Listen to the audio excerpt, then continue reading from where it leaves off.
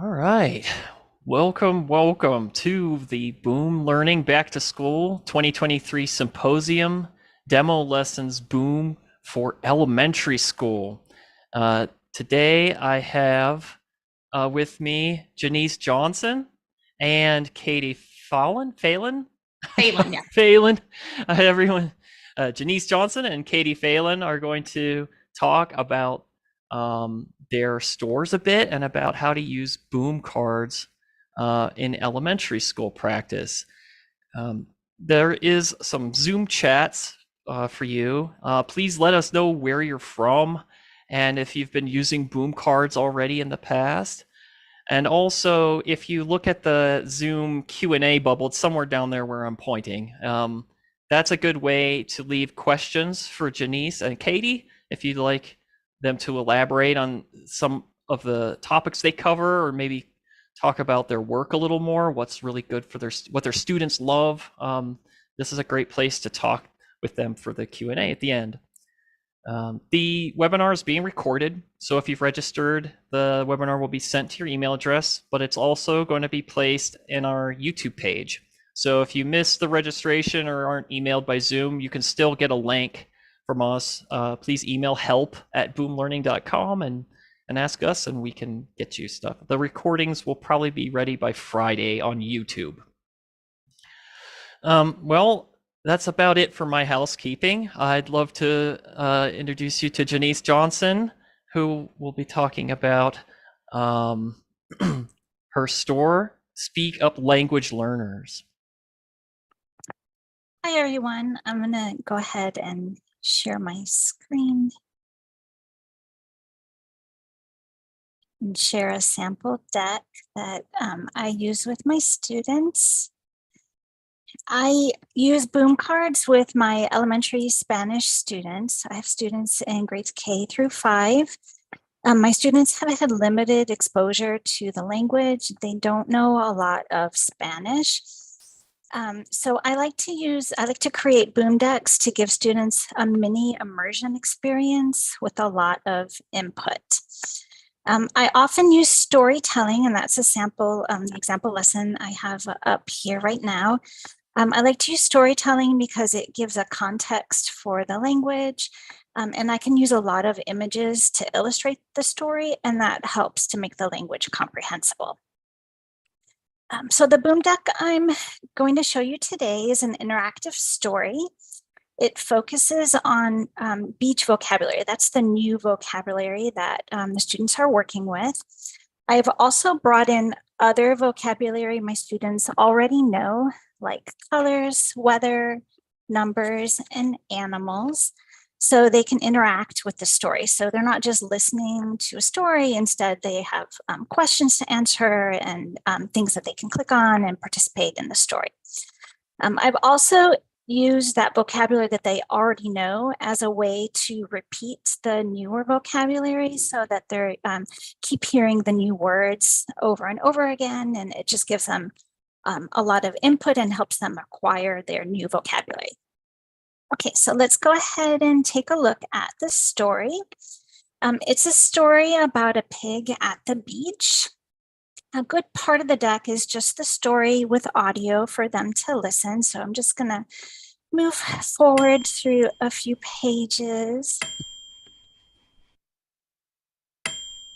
So they're just listening, looking at the pictures, working with the language, and then here's the first interactive page where they have to click on the correct color of the shell. So that's one of the new words that they're learning, the word for seashell. And they're going to hear it over and over again while they're using the vocabulary that they've already learned about the colors. They'll know which one is the green one. And then it just repeats with some more colors. So they just keep hearing that word several times. So you'll see I use that strategy in other pages of the story, just repeating that new vocabulary and connecting it to vocabulary they already know so that they can interact with something on the page. So here they're counting, and it's an either or question, so they would have to click on the correct answer. If they get it wrong, Oops. they're able to try again. There's audio for both the question, and I also have audio for the two options for anyone who's might be younger and maybe not as good at reading. And this one is with a color.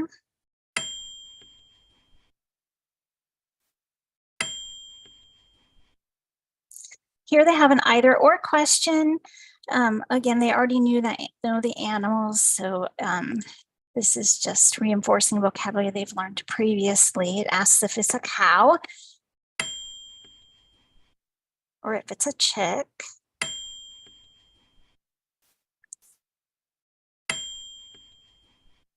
And then finally, they are going to choose the correct word. And again, this one has the audio with the two animal choices. Some more colors.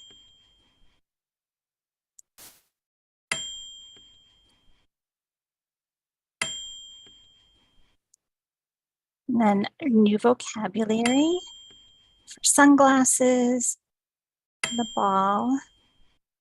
And now again, repeating one of the newer vocabulary words for ball and bringing in older vocabulary. They already know how to count.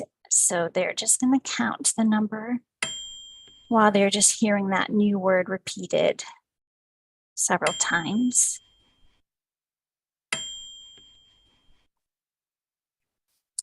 And back to some more animal names.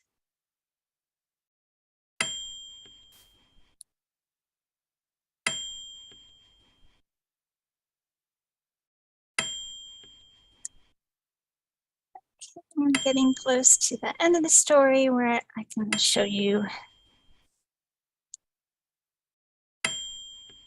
how we work a little bit more with the new vocabulary once the story has ended. Just a few more pages here.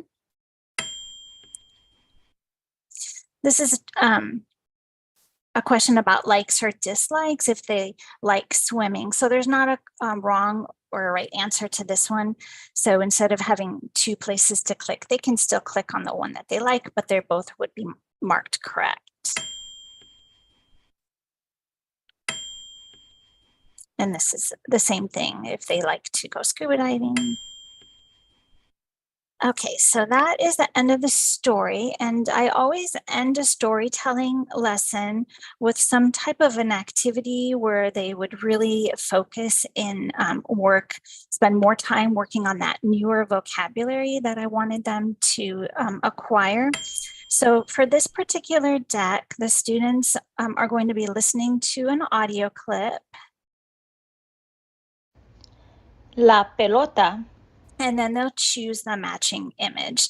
So just like with all of the activities, the other pages, if they get it wrong, they can try again until they get it right, which just helps to reinforce that new vocabulary word. So that this actual deck, the Pig at the Beach one, has 10 pages like the one that I just showed you. But rather than show you all 10 of them just repeating the same type of interactive activity, I thought I would show you a few other types of comprehension activities, so other examples that I use in other stories so that you could get different kind of ideas of how you might like to create activities for your students. So this page here is from a story about sports, and the students will click. They have two places to click on the audio and then drag up the correct matching image. You could make it harder by, I have the word there spelled out also. You can make it harder by not having the text on the page and they just have to listen to the word and then drag up the image. This one is from a story about clothing. So at the end of the story, students have several pages like this one where they would listen to the audio clip and then put the sentence that they hear in order by dragging the words down to the rectangles on the bottom of the page. This one is from a story about insects, and the students can listen to the 2 audio clips on the bottom of the page, and then they actually have to drag the audio clip into the circle, the one that matches the image. This example is from a story about a pumpkin patch. Students would listen to the audio clip on the top of the page and then click the matching sentence. And again, you could modify something like this by either having only the text, no image, and kind of having them make sure that they can read it, or removing the text and just having them choose the correct image, just depending on what your goals are for your activity. This one is from a St. Patrick's Day story, and it has to do with body parts. So a lot of the vocabulary on the blackboard there, or the whiteboard on the screen, are body parts. There's a few other words from the story up there, like some clothing. So students would listen to the audio clip and then type in the missing word.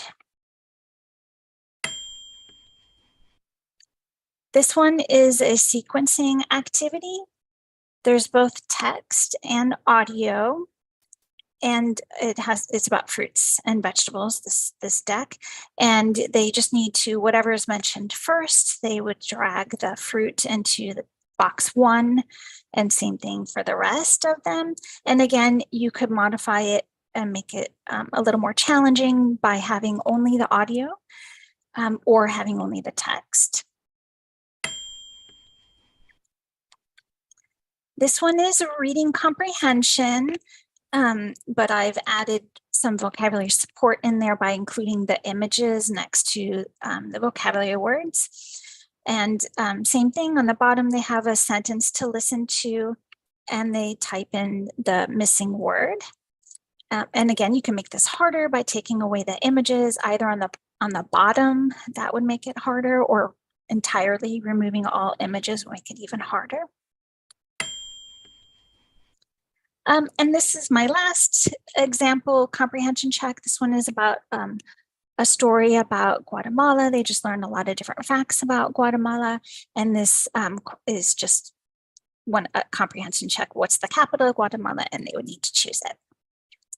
All right, that is my last example. So I am going to stop sharing.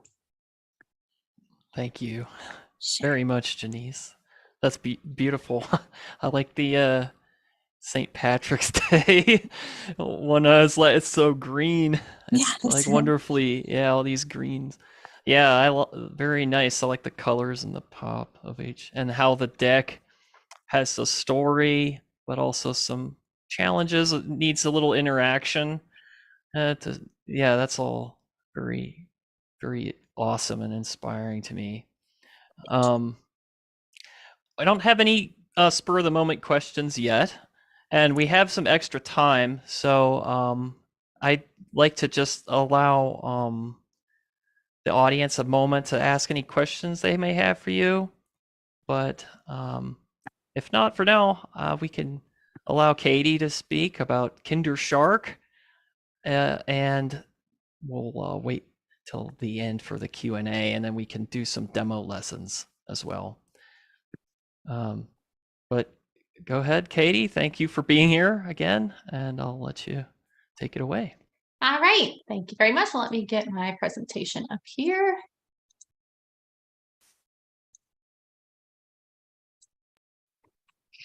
All right. My name is Katie Phelan. My boom store is Kindershark.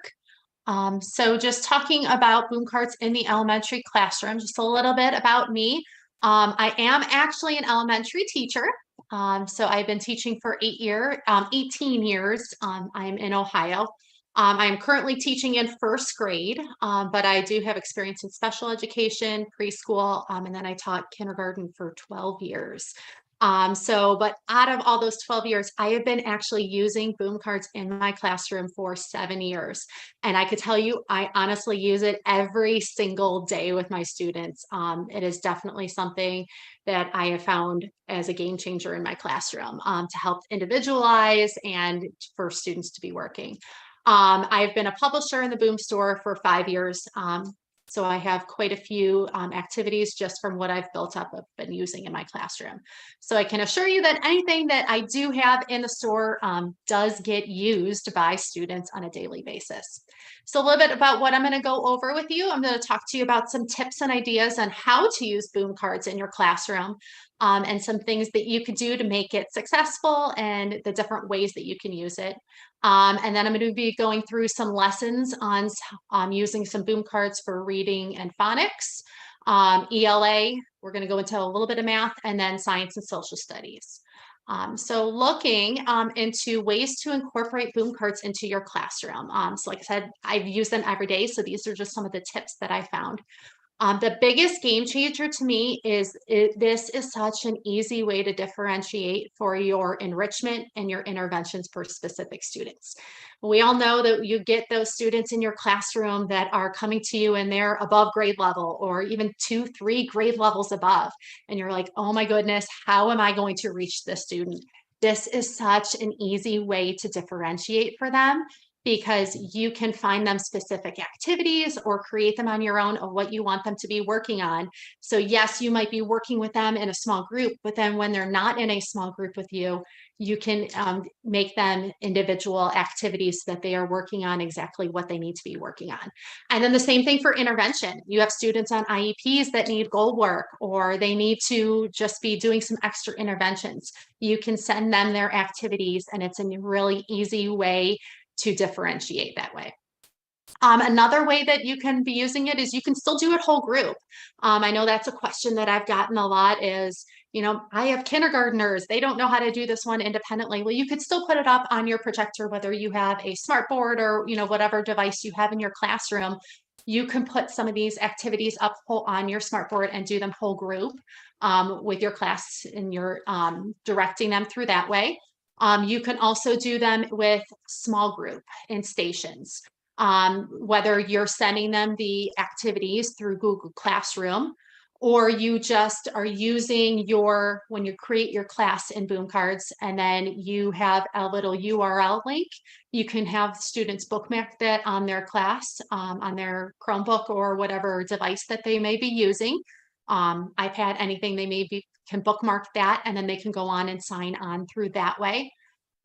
In my classroom, I have a class website, so I just link it on there, and then my students just know how to go in and click on that link and get right on it. And then also for small group, when you are doing small groups, to me, it's the most important. I want to make sure that I'm giving my students the most bang for their buck. So if they're not with me in a small group and I'm working with another group, how do I know that they're over there at a station or working independently, and that they're not reinforcing incorrect things? So one of the biggest things for boom cards is that they are self-correcting. So you know that those students that are working over there are working on skills that are going to be correcting. Whether they're building words, that they're not going to be building the word said incorrectly, because it self-corrects them. So that has always been a major game changer for me, is making sure that I know my students are reinforcing correct skills. Another way that you can use it is by homework, or at least home communication. I give my parents the link, the sign-on link, and I let them practice. I say any of the games that are up there, are they a free game, to do at home? And my parents, I've gotten a lot of really good feedback from parents that they really like that. They understand that, the phonics skill this week is soft C and G, but they don't know what that means. So it's a really awesome thing for them that if by having these activities, they could see 40 different words that have that soft C and G, so that they can understand it, reinforce it as well. I've had one parent that has told me that because they can get it on their phone, that they're at a sibling soccer practice and they're sitting there and they give it to their kid and let them practice their spelling words for the week. So that's a really awesome way that parents really do enjoy it as well. Another way you can use it is by giving students exit tickets. By using the data feature of it, you get automatically that feedback. So you do your little mini lesson, and then you give a students an exit ticket to see how they've done on it. So now you can go back to your data, and now you can see, okay, hey, which students do I need to intervene with, and which students, understand it.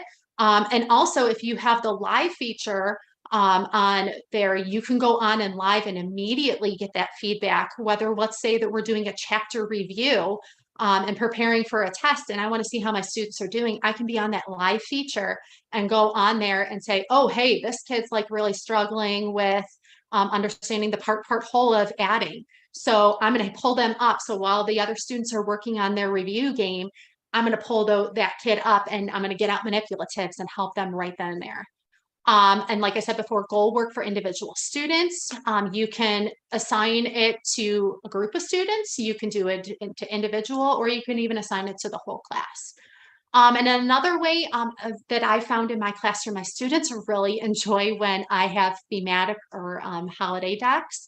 They're always like, hey, Thanksgiving's coming up. Are you going to make us a turkey game? Or, they're always wondering, what's the boom cards game that we're doing today? So having that student interest and having them have games that they really enjoy, they don't realize that they're learning. They're thinking this is a really fun game. So that's just one of the ways that they really like it. So looking into some phonics and reading, we know with the science of reading, there is a huge push into phonics and phonemic awareness. So I've been working on using boom cards as a way to push that. For phonemic awareness, one of the things that I struggle with is that because phonemic awareness is taking the print away and actually hearing and manipulating the sounds, it's really hard to do when you're not right there with the students. So boom cards is one way that I found that the students don't have to directly be with me to be working on phonemic awareness. So I'm going to show you some of the activities that I have for phonemic awareness where they're working on here. This is a bundle that I have that is 4 of them together. And a lot of this is based on the, if anybody does the PASS assessment or the PAST, these are some of the skills where if a student, you give the assessment and, hey, my students are struggling with this, these are some of the decks that you can provide for them. One is working on rhyming. Another one I'm going to show you here is phoneme segmentation. So let me show you a little preview of this. Phoneme segmentation. You will see on all the decks that I create, on the first page, it's always a direction page, and the directions are always given in audio. For our young students, our preschool first to second, they may not be able to read the directions. So I always include those in audio to make sure that they understand what is expected. So looking at so this is taking that print away, and they're having to listen to a word that is segmented, g, and then they will select the picture that goes with it. So that is an example of that, this phoneme segmentation. Going back then to, here's another one, phoneme substitution. Once again, directions are on that first page. Rot. Take off the t and add a k. What word did you make? So then they would have to select rock. And obviously you can see if they selected clock, whoops, that one is going to be incorrect. So that's how it is self-correcting, that they can click all the wrong ones until they finally get to that correct one. So that is spin. That is self-correcting. Going back then, so those are some phonemic awareness, and I have lots of additional ones. Another ones that I have are switch it, where it's kind of incorporating that print now. So they see the word bed, and then they have to take off the and add an a. I'm making additional words. So that's another switch it.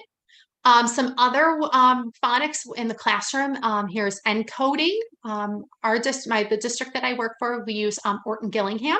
So a lot of these are very much related to Orton Gillingham, and building and encoding is such a big push. So like here is one for vowel tame EA.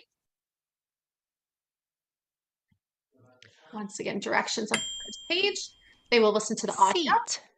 My seat is over here. So then they have to take the words and push them up. This is very similar to the orthographic mapping that's big on science of reading, that they will have to do that. You will see that in most decks too, I do at least 25 words, just so that students aren't memorizing the first 10 words. Like we want them to be to more than 10 words. So a lot of them will be at least 25 so that you can be sure that they're really practicing the skill versus memorizing certain words. So going back then, so that would be word building. I also have word sorts. And looking at this one, this is where instead of the encoding, now we're just having them Tray. identify it. Please put the cookies on the tray. So that we have been learning that, hey, our long A, we can have AI or we can have AY. And so they just have to take it up, drag it up to finish the word. So like this one again has 33 cards on it for 33 different words that they're really practicing that skill. Some other things for kindergarten and preschool, lots of for identifying letters and sounds, a great way to be doing that. I have one of a bundle that has a whole bunch of different, does it start with B?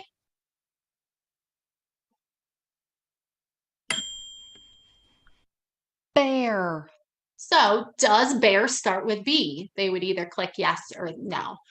So there's a bundle there with a whole bunch. I believe that bundle has, I believe that there are 20. There's several, obviously, sounds that would not have enough to do in an entire deck. All right, going back then. And then, like I said, there's additional feeding the shark at beginning sounds. There's lots of different ones. I try to do holiday ones too, where they're feeding like the reindeer or feeding the snowman. Find something that starts with the A sound to feed it to them. So those are some phonics and reading activities. One of the biggest ones I wanted to show you though is with ELA, are the book companions. I know as a teacher, I really focus on using a mentor text of the week to teach my ELA skills. So whether we're working on parts of speech or we're working on character, setting, story elements, answering WH questions, what we do a lot is using that mentor text as with rich literature. So I've created a lot of book companions that are working on questions from stories and sequencing and recall. So looking at one awesome story, the cool bean. But what I have been doing with these is I make 2 for each story. They have the exact same questions, but what I have found is that in first grade, especially too, I have some students that are reading and I have some students that are not reading yet. So I have created 2 that can be bundled together. One has audio where it has the option to have all text read to them. And then there's one that's available without. That way you can differentiate for your students that are reading and not reading. So like obviously by like 3rd, 4th grade, these would still be great decks to be using. However, you would want them to be reading them independently. So looking at this one about the cool bean, On each card, obviously directions again. But like this one is the one that does have the audio. So if they are looking at this and they go, I don't know, we want to be able to assess and see, do they understand the concept, the ELA, the comprehension versus are there decoding skills? who were friends in the olden days? The 7 dwarfs, all the cool beans, the good egg and the bad seed, or the Golden Girls? And I always like to throw in some fun ones for my students, like adding in the Golden Girls, or like some of the options might be, oh, they went to McDonald's. It just helps with that student interest that they're like, oh my goodness, they get to do this. So adding some funny responses in there too would be just a way to keep your students interested and keeping them motivated. So I have several of these book companions. Like I said, each one I will bundle together and have so that way you can differentiate for readers and non-readers. And I will have several of these coming in the near future. My district has a new ELA curriculum this year, so I will be working on making some more decks for additional book companions. But I do have quite a few out there, and a lot of them do align with science and social studies as well. That's one of the big things that I like to do with my mentor text is align with my science and social studies, because we know that we don't always get a lot of time for that. So incorporating that and aligning those does help. Before I go to math, so more in ELA, like working on punctuation, some sentences, sorting realism and fantasy, nouns and verbs, just some great activities for them to be working on those skills independently. Looking at math, I have started making some review games for test prep. My district uses the Envision Math. So for each of the different chapters or topics, at the end of it, I've created a review game for them to do where they could be practicing it. And that is where I can go on that live feature. And as my students are working on it in the classroom, I'd be like, oh, I see that this student is really struggling with the concept of using the number line. I could pull them up, get out more manipulatives, and work with them one-on-one on it. Also, this is another one that parents really, really like for the test prep, is that they can be on it at home. And I do a thing like where like I can go on there and see when my students have been on it. So anybody who does it at home gets an extra raffle ticket. And but parents really like this because it's related to directly what you're doing in the classroom. So there is, I do have a lot of stuff that is aligned for math with that curriculum. But there are also from there lots of other activities, whether no matter what curriculum you're using, that there are different activities that can reinforce the skills and the strategies that you're using in the classroom. One of my student favorites is always this, I have this one in double add-ins and triple add-ins, where they have like this Double add-ins menu. and they have the menu up at the top. So then they need to figure out how much is a pizza plus a sub sandwich. So then they would have to look up and 4 plus 5 equals, and then they have to type in on their keyboard number 9. That's a big one. My students really, really love that one. So that one is available and it has double add-ins, and I also have that one also in triple add-ins. And then just some other strategies using a number line, using the place value cubes, and story problems. And then just looking into science and social studies. We know that as a teacher, science and social studies is just something we always, try to get to, but it always takes the back burner from reading and math. So sometimes it's really hard to find activities for students and ways to assess them on their understanding of their skills. So I have several science and social studies decks that are available. These are great to be using as exit tickets, a very quick assessment as to do they understand it. Like one of the standards, goods and services, looking at this one. It's a very, very quick, most of these my students could get done in like less than 5 minutes. But like looking at this one with goods and services, they look at the picture. Is this a good or is it a service? It is a teacher. She is doing a service. Very quick, where they get these done super quick, and it's an awesome feedback for you to see how are they doing. You can use this and input it as a grade, or just as your informal assessment to see how are they working. Also, another great thing for independent work, something that they can do quickly on their own. So that is, like I said, there's additional ones that I have been working on over the summer. I'm working on additional book companions. I'm also trying to take those phonics skills and work on, we know that, with science of reading, working on decodable sentences with comprehension check, working on additional math strategies and some sight word hunts. So those are just some of the activities that I have available that I have found have been working really awesome in my classroom. Thank you very much. That was awesome.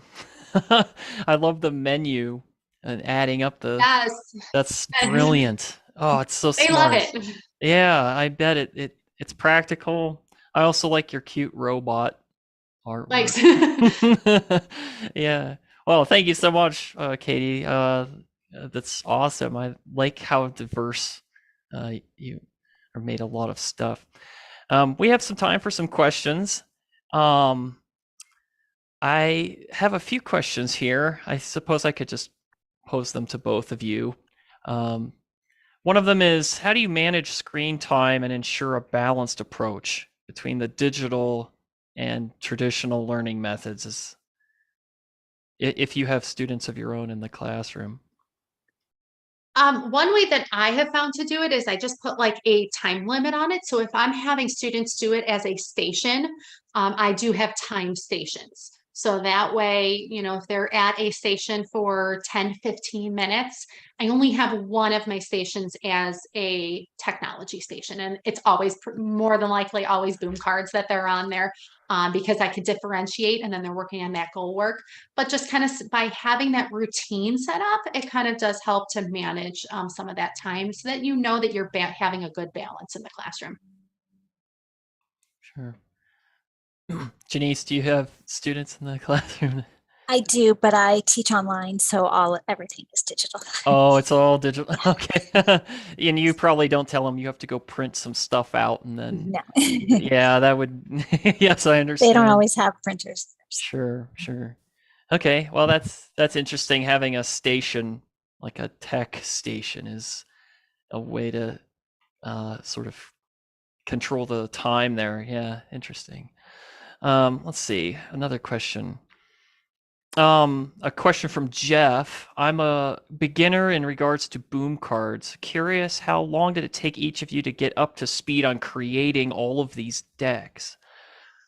Janice, do you want to start this time? I'm not really sure how long. I know it was maybe 2018 when I started, and so it's been some time, and I definitely think I just started slow and maybe just learn how to do one thing at a time. That's really what I would recommend, because it can be overwhelming when you see so many different types of activities and all that you can do. So I think that's what I did. Just start with something simple that I could figure out, and then go from there, add on things. I'm Yeah, I still would learning, say and I'm still learning. Less is more. I've Yes. heard that Yeah. less is more. What about Yeah, you, Katie? if you look at like even in the boom store, if you look at the different stores that are on there, you're probably going to see a big difference from, all these publishers, from what we did early on to some of the things that we are doing now that, we are also like learning. And there's Boom has new features always coming out. With different things that like, ooh, hey, I could do this. I can make a hide and seek thing with, things. So I definitely think start small. Think about what is going to give you the biggest bang for your buck for your students. And even maybe at first you want to like look in the boom store and think, oh, hey, maybe picking select things, and then kind of going from there and getting your feet wet. But just definitely, I would start with what is going to give your students the most for their time. Gotcha. Yep, I agree with that. And always leave feedback if you're buying boom cards. You can tell the publisher about what they have done well, or if there's a typo, obviously.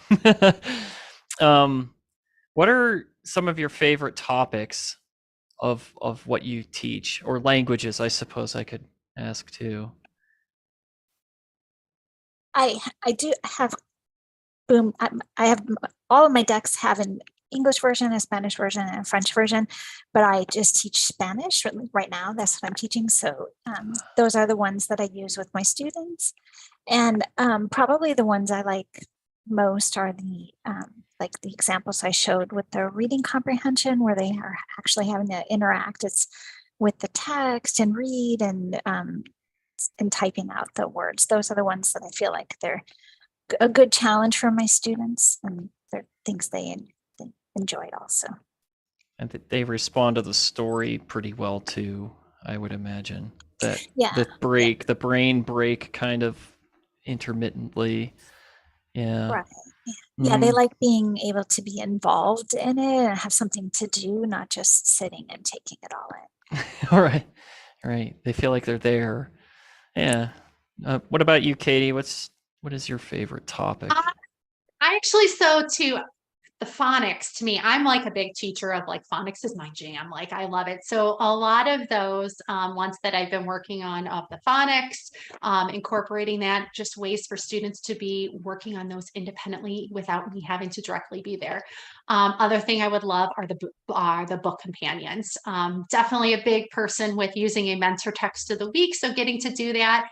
My students actually come in on Fridays and they're like, yes, we get our book companion this week, because they know that it's always like the summary of the week of doing that. So they always love it. And then they're like, oh, what's going to be our next book of the week? And so I would definitely say book companions as well. Nice. So actually, like the text station digital, but then also coupling what you make with what you know is printed. Is there any crossover where, you know, the boom cards tell them to go back to like the clipboard or the wall or anything like that you've ever created? Oh yes. I mean, so like a lot of times, like things like if they're working on like a phonics one, even like sight words, they'll like they'll look at, you know, our word wall or our sound wall, and they're using all those other tools. They're looking at writing. Some of the ones that I have for sight words too, I might have like a paper too that they're gonna have to, if it's a sight word hunt, they're going on a hunt and then they're writing down the word that they found on it too. So not just always relying on the technology, but also incorporating that writing into it as well. Gotcha. Let's see. I have a few other questions here. What have been some of your students' reactions to what you've made that really made you go, "Oh, wow, there's opportunity in this deck that I made. I can change it." Do you have any memories like this of students giving you feedback where you realize that this is the deck? Yes, several of them. I mean, like I've had like kids like where they're working on an independent station and they're like yelling across the room, "This one's awesome!" Or, but one of my actually favorite stories is I had a student several years ago that he had, you know, behavior issues and that we were working on. One of his rewards that he wanted to do, he was very much into Mario. So his reward at the end of the day is he would come over to with me, and for 10 minutes, he was making his own Mario game on boom cards and we would work on it together. And it took him a month to earn it and to be like for that 10 minutes every little day. But then when the other students got to play his game that he made, it was like a game changer for him. And it was a really great, awesome reward. And he was also reinforcing his academic concepts as well as reinforcing positive behavior. So that's always one of my favorite stories of, you know, I'll bring up like, hey, I have this deck that's, you know, on Mario. Obviously, I don't have it for sale because of copyright issues. It was just something we did privately, but it was just really funny that that's what motivated him, was to be making a boom cards game. I Interesting. love, can I just add real quick? I love that you mentioned that Mario deck, like theme deck, because and that you don't post it to sell it in the store, but that you actually create it and you also created it in like with your student, because teachers can also do this. So you can personalize your deck based on your student interest. And just like, for example, now this student with this Mario interest, you can just create a deck for him, and you don't have to put it in the store. Just like privately create that and use them privately with your students. So you can create any type of decks that you want. So thank you, Katie, for sharing that. Yeah, I like that. Janice, can you think of a student who Can't beat that story, the Mario story. Oh no. Yeah, that's amazing. I just would say that the boom decks feel like you're playing a game, and you know all the kids love playing games, and so they just beg for them. They love them all. That's really good news for us, I suppose, right? Yeah. Well, yeah.